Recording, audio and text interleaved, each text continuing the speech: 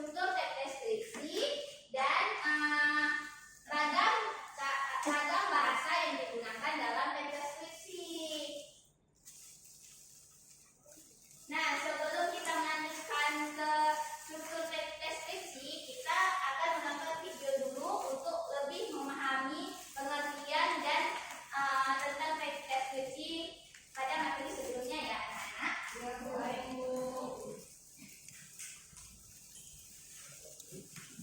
Diperhatikan semua. Teks deskripsi.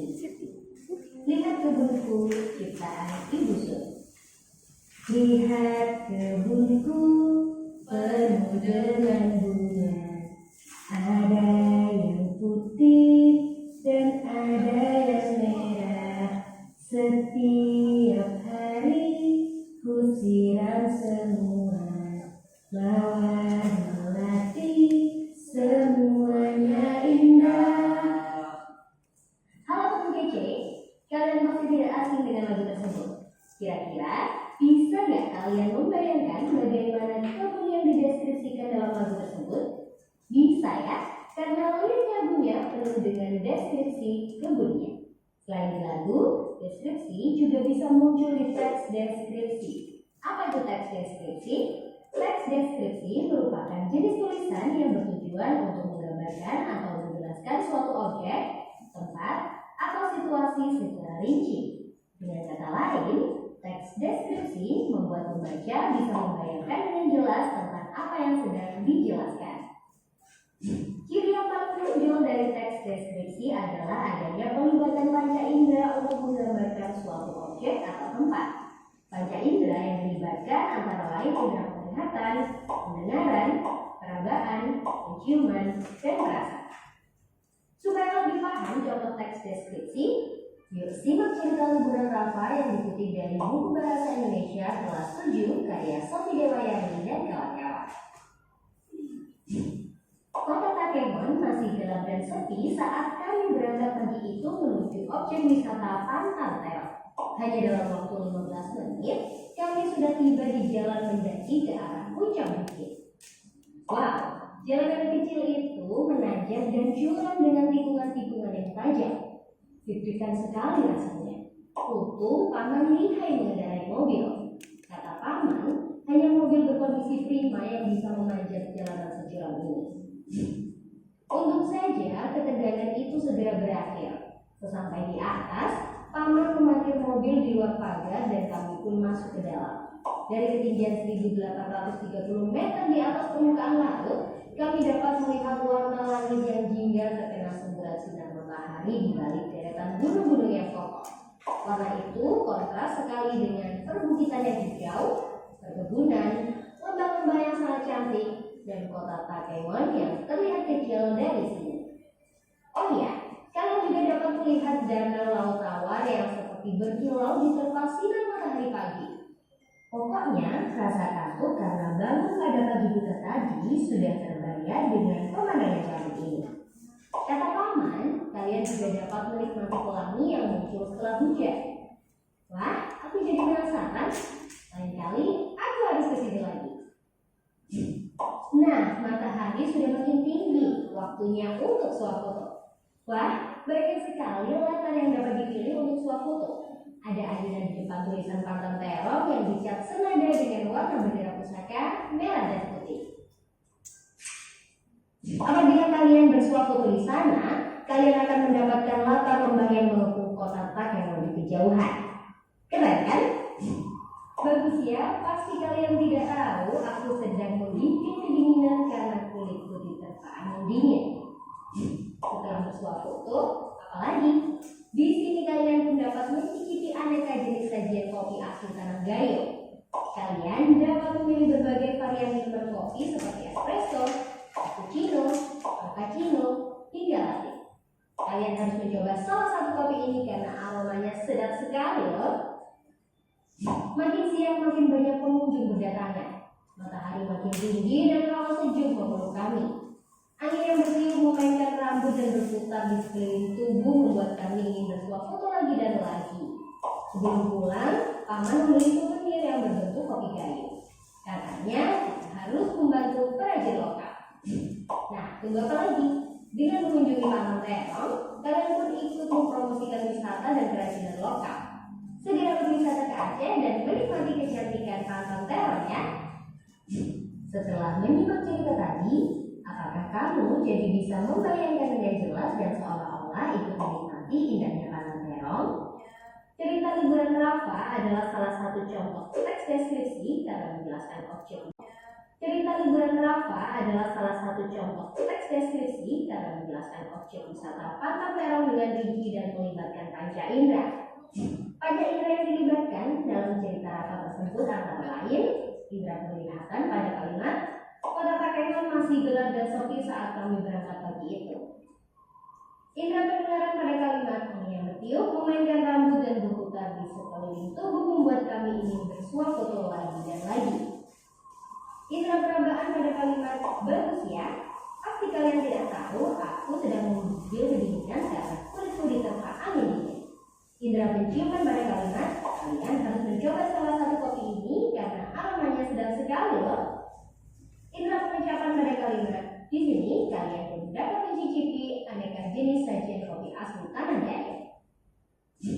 Dalam teks deskripsi, kita juga mengenal kata umum dan kata khusus. Kata umum digunakan untuk menyebut objek secara umum, sedangkan kata khusus untuk menyebut objek secara spesifik. Dalam cerita liburan Rafa, contoh kata umum adalah minuman kopi, sedangkan contoh kata khusus adalah espresso, cappuccino, mochaccino, dan latte. Dalam menggambarkan objek wisata Pantai Terong, Rafa juga menggunakan bajas personifikasi. Bajas ini mengumpamakan benda mati seolah.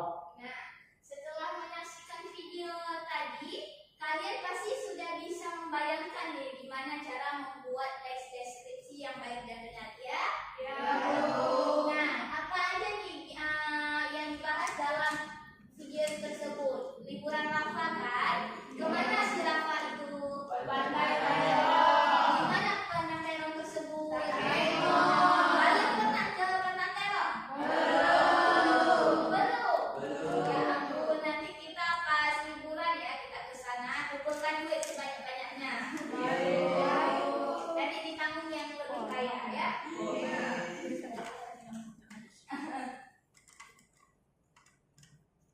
Nah, setelah mengetahui pengertiannya dan kalian juga sudah menonton video tadi, pasti kalian lebih paham nih apa yang dimaksud dengan teks deskripsi. Tapi kita perlu menjelaskan juga nih strukturnya. Struktur teks deskripsi ada 3. Yang pertama ada identifikasi atau pembuka. Identifikasi adalah bagian awal dari teks deskripsi yang berisi pengenalan nama, objek, lokasi, sejarah lahirnya, atau gambaran umum lainnya tentang objek yang dideskripsikan. Misalnya kamu memiliki objek pantai, kamu bisa menginformasikan nama dan lokasi dari pantai tersebut. Kamu dapat menuliskan betapa terkenalnya pantai tersebut. Misalnya kita berbicara tentang pantai di Loknga, itu kan banyak tuh kafe-kafenya di sana, di mana pasirnya yang lembut, begitu. Nah, yang selanjutnya ada deskripsi bagian. Deskripsi bagian adalah gambaran rinci dari sudut pandang penulis tentang suatu objek. Penulis menggambarkan apa yang telah ia lihat, dengar, dan rasakan selama mengamati objek pilihannya.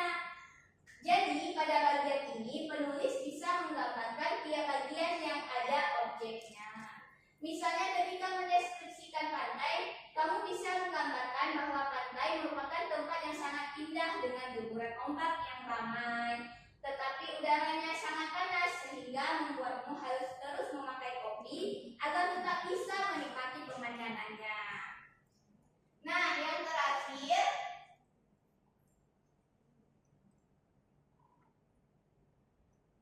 ada simpulan. Struktur teks deskripsi yang terakhir adalah simpulan. Simpulan adalah bagian yang berisi kesimpulan atau kesan dari hasil pengamatan penulis terhadap objek.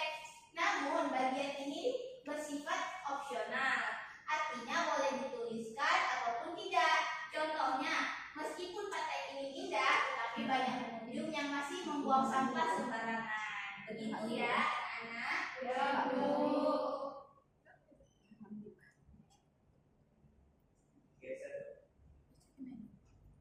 Sekarang udah diubah. Bentar ya. Baik, Bu.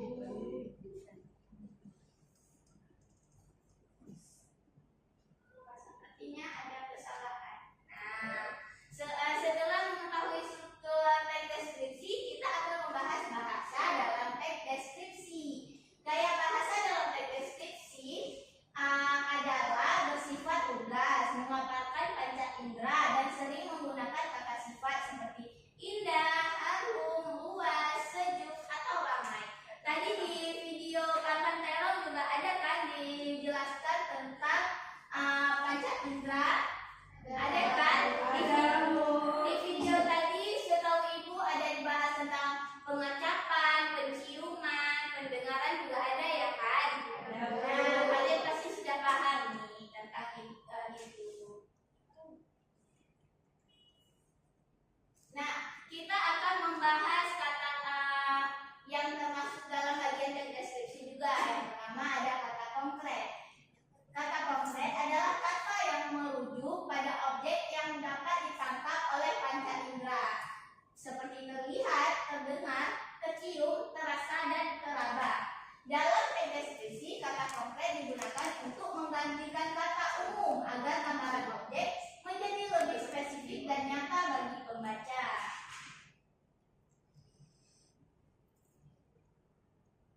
Nah, yang kedua ada kalimat perincian. Kalimat perincian adalah kalimat yang menjelaskan suatu objek atau gagasan secara rinci dan detail dari yang umum ke yang lebih khusus. Kalimat ini berfungsi mengkonkretkan atau membuat nyata suatu hal yang masih abstrak atau umum. Selanjutnya ada majas personifikasi. Majas personifikasi adalah gaya bahasa yang mengumpamakan benda mati atau hal-hal yang tidak bernyawa memiliki sifat, kemampuan, atau bertingkah laku seperti manusia.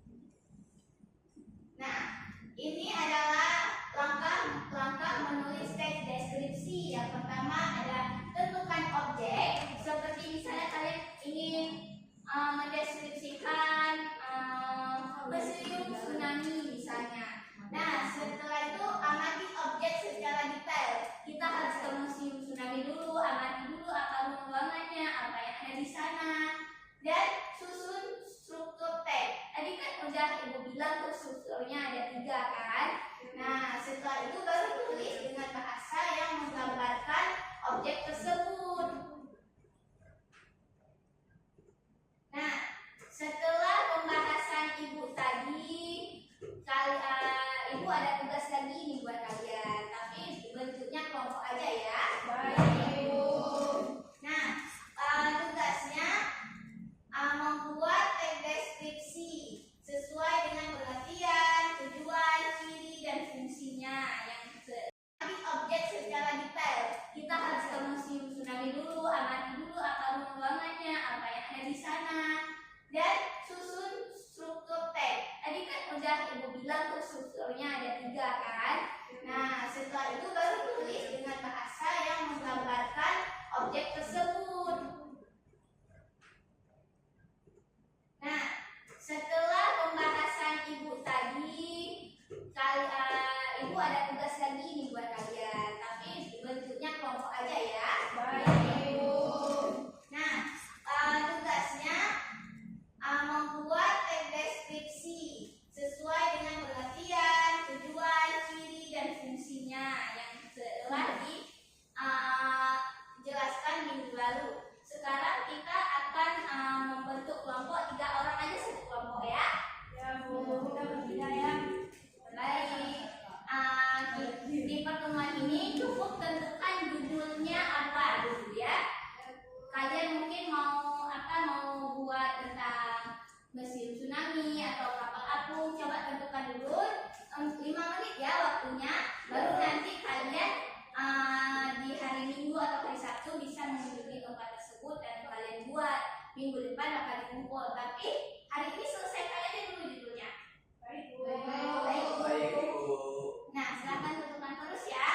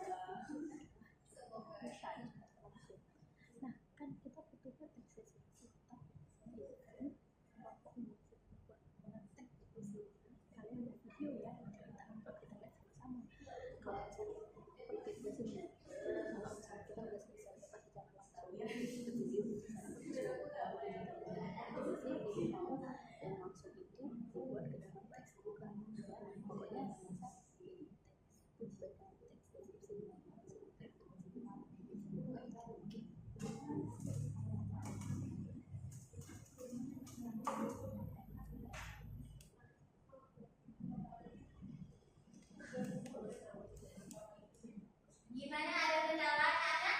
Tidak. Atau ada yang ingin ditanyakan lagi nih terkait tugas tersebut?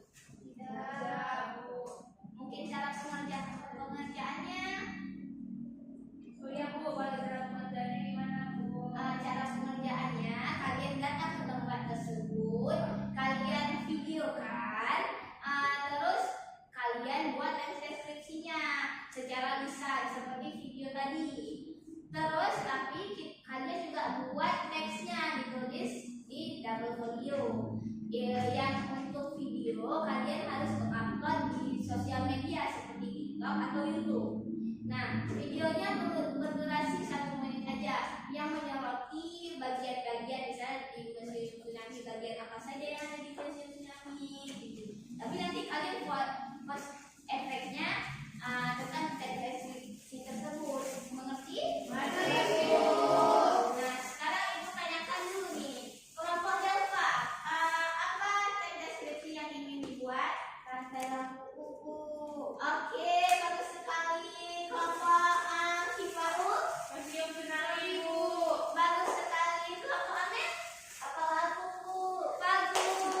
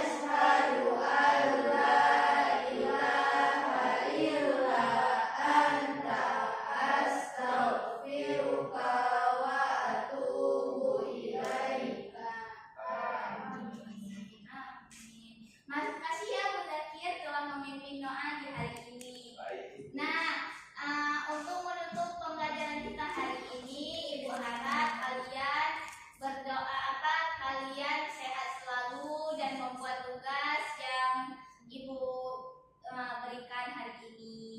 Nah, dalam menuju ke tempat tersebut kalian harus hati-hati ya. Karena kalian masih SMP, jadi harus ada dampingan dari orang tua. Baik.